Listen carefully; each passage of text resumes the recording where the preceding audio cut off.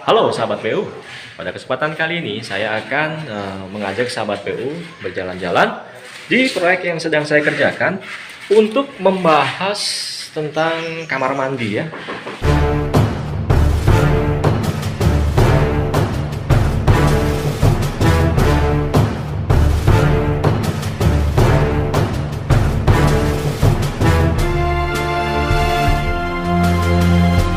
Kamar mandi yang ada di kamar utama, karena di kamar mandi ini banyak pekerjaan yang teramat penting yang harus saya sampaikan kepada sahabat PU semua guna untuk bahan pembelajaran kita semua ya. Nah, saya sudah berada di luar kamar mandi yang mau kita bahas ya. Kamar mandi ini berukuran kurang lebih 3 meter kali 3 meter seperti itu sahabat PU. Nah, pada posisi dindingnya ya, sudah terpasang granit atau homogeneous tile berukuran 60 x 60. Kemudian dia glossy atau mengkilap seperti ini ya sahabat PU ya. Warnanya abu-abu. Ya, ini dipasang full sampai ke plafon kamar mandi ini. Nah, sahabat PU bisa lihat. Jadi dari bawah, nah itu tuh, kemudian dipasang sampai ke atas plafon kamar mandi ya. Ini gunanya apa? Guna dari pemasangan granit di kamar mandi ini adalah untuk menahan air ya, untuk menahan air supaya tidak meresap ke dalam dinding sebelahnya ya. Contoh nih, di sebelah sini ini nanti akan kita pasang shower, kemudian di belakang ini adalah area basah dari kamar mandi ini. Ketika dinding ini tertimpa oleh air, cipratan air ya seperti itu ya. Kalau tidak dihalangi oleh granit ini, maka akan tembus ke sini. Nah, ke ruangan ini. Nih, sahabat PU. Nah, sementara ruangan ini adalah kamar ya, kemudian ini adalah kamar mandi. Nah, salah satu tujuannya dipasang granit adalah untuk menahan percikan air tersebut, sahabat PU. Nah, kemudian itu jenis granit yang pertama, ukuran 60-60. Kemudian satu lagi, homogeneous tile satu lagi. Oh sorry, yang kedua ini bukan HT ya, bukan granit, akan tetapi keramik sahabat PU. Keramik dengan motif batu alam seperti ini ya. Jadi ini bukan batu alam, ini adalah keramik yang bermotif batu alam. Keramik itu porous tile ya. Jadi lawannya dari homogeneous tile yaitu porous tile. Kalau homogeneous tile itu dia tidak dapat meresap air ya. Kalau porous tile keramik ini dia bisa meresap air. Makanya yang perlu diperhatikan adalah jika memasang keramik maka harus direndam terlebih dahulu. Jika mau memasang granit atau homogeneous tile nggak usah pakai direndam karena percuma, nggak akan bisa meresap airnya ya. Nah, kemudian bentuk dari keramik ini ukurannya adalah 30 kali 60, akan tetapi tidak persegi panjang ya sahabat PU ya. Nah, ini serat-seratnya terlihat kan? Nah, maksudnya bentuknya terlihat kan? Jadi tidak persegi panjang bentuknya, akan tetapi ada bentuk berlekuk-lekuk seperti itu sahabat PU. Nah, ini ada teksturnya ya, jadi tidak glossy, tidak seperti ini ya, akan tetapi punya tekstur. Dia mirip-mirip seperti batu seperti itu untuk motif dari keramik ini. Nah, catatannya jika memasang keramik yang bertekstur seperti ini atau berpori, itu jangan sampai terkena semen ya atau air semen. Karena kalau semen itu sudah masuk ke dalam pori-pori dari keramik ini, maka akan sangat susah sekali dalam membersihkannya.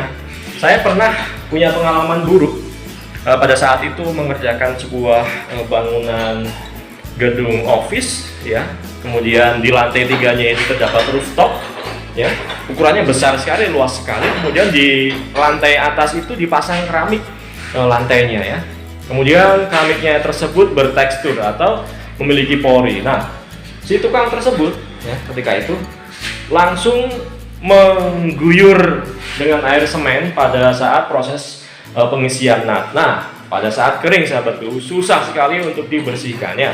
Makanya sahabat PU catatannya adalah itu, jika memasang keramik yang bertekstur itu harus hati-hati, jangan sampai pori-porinya itu kemasukan oleh air semen karena akan susah untuk membersihkannya.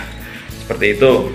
Kemudian granit 60-60 sudah, keramik 30-60 sudah. Nah, kemudian saya akan menjelaskan apa lagi. Nah, kemudian di sini juga terdapat instalasi kelistrikan ya, seperti yang di belakang ini. Nanti di sisi sini sahabat PU, nah, di belakang ini akan kita pasang cermin, kemudian di belakang cermin tersebut terdapat LED strip ya. Seperti itu. Dan ini adalah instalasinya. Kemudian di belakang saya ini ya, ini adalah instalasi untuk pemasangan saklar ya. Jadi kita masuk ke dalam kamar mandi, kemudian kita tengok ke kiri, kita langsung bisa menghidupkan saklar lampu-lampu yang ada di ruangan ini. Nah, kemudian ada satu lagi.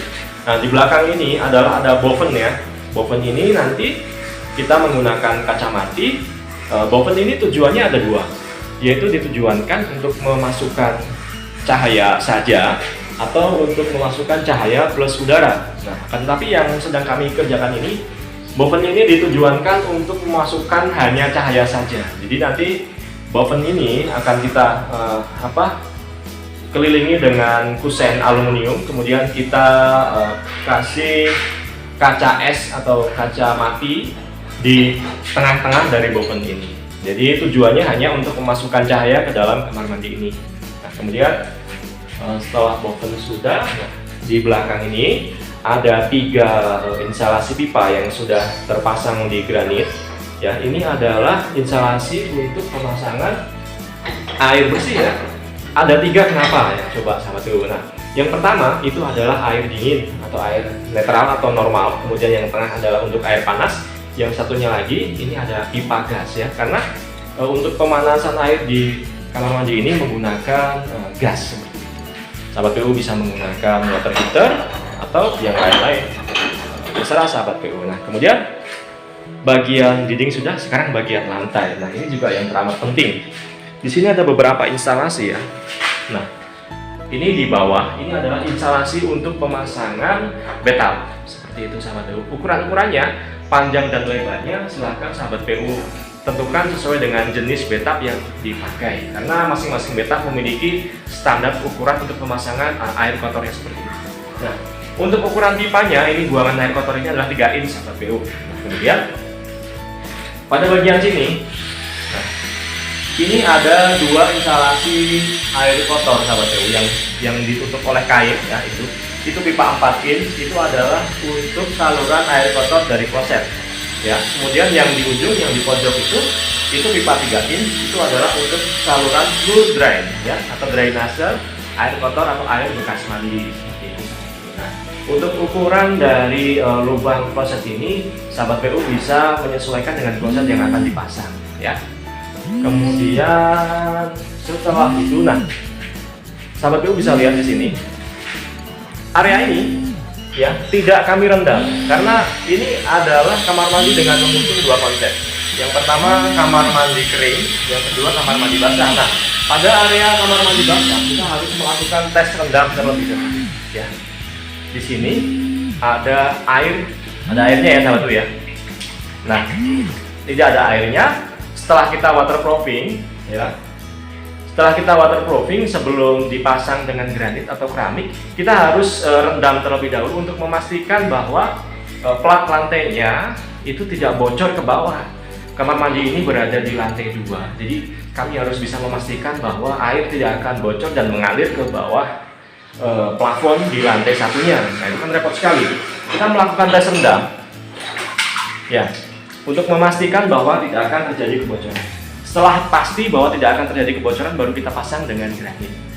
Seperti itu. Nah, untuk area kamar mandi keringnya, kita tidak lakukan tes rendam karena di sini, di area ini yang kamar mandi kering ini tidak akan ada potensi terjadi rembesan-rembesan air. Seperti itu sahabat PU ya. Kemudian untuk plafon. Nah, plafon kamar mandi ini saran saya jangan terlalu tinggi ya, karena nanti ya nggak ada fungsinya juga. Kamar mandi itu plafonnya ya antara 2,5 sampai 3 meter saja pun cukup sahabat PU. Kemudian plafon ini bisa menggunakan dari bahan kalsi board atau bisa menggunakan bahan gypsum board. Terserah sahabat BU. Catatannya cuman kalau menggunakan gypsum board itu jangan sampai terkena percikan air ya. Karena gypsum itu memang kalahnya atau titik lemahnya jika terkena air. Seperti itu sahabat BU. Kemudian untuk lampu-lampunya di ruangan kamar mandi ini kita menggunakan berbagai macam jenis lampu, yaitu downlight, kemudian lampu dengan fitting biasa, lampu bohlam biasa, kemudian ada LED strip. Untuk susunan lampunya nanti masuk ke pekerjaan interior. Saya pikir itu dulu ya sahabat BU ya. Semoga menginspirasi dan apabila sahabat BU merasa konten ini bermanfaat, silahkan subscribe, kemudian share ke teman-teman yang lain. Apabila ada yang dipertanyakan, silahkan sertakan di kolom komentar. Tentu sampaikan dengan bahasa-bahasa yang baik ya sahabat BU ya. Terima kasih.